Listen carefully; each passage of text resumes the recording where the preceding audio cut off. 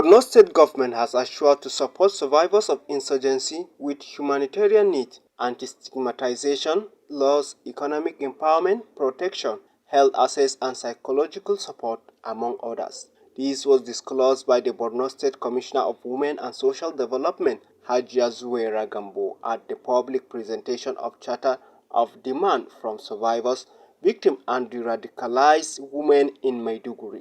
She said the Borno model concept of the state government, which facilitated the surrender of more than 80,000 insurgents and reintegration and rehabilitation of 7,000 repentant terrorists in communities, will address the need of survivors and victims of insurgency.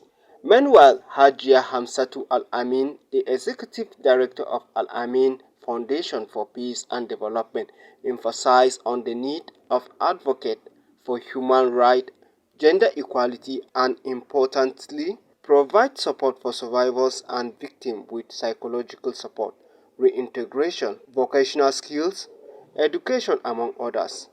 What I can say is a plus to Borno State that there is a documented requirement by these groups of vulnerable women and girls on their specific needs to every stakeholder, so that collectively, what are we doing? We are all doing to complement, trying and then struggling to complement what the government is doing. And lucky for us, we have a listening governor, a proactive governor who has taken upon himself to, in fact, face this overwhelming situation and then do his best. Therefore, the best we can do is now be organized and then bring what we need, not only to the government, but I think this Charter of Demands is also a clarion call to the larger society, so that collectively as individuals and organizations, we can come in and then to support laudable efforts of the governor who is the chief security officer of the state, so that we, in fact, we are assured of non-repeatance of what has happened, and then non-occurrence of the issues that we have faced,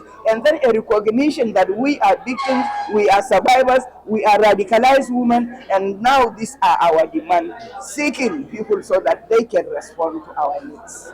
I want to assure you that their problems are solved because already we have a template, and so it's just to key in with this particular group of survivors. We have been marking the 16 days of activism against gender-based violence, and these are victims of GBV. And so carrying them alone is not going to be a problem. And we already have a collaboration with traditional rulers, with religious leaders and other stakeholders. So it's just a continuity of what the government is doing. And I want to assure you that all the issues raised in the Charter of Demand, either related even to the military, because there's a lot of cooperation going on between the Borno State government and all the military and paramilitary services in the state. And then when you talk about with the traditional rulers, the issue of stigmatization, we have desk officers, we have a template on ground that involves every stakeholder in Borno when it comes to this DDRR. Yankun Apollos, Kama News.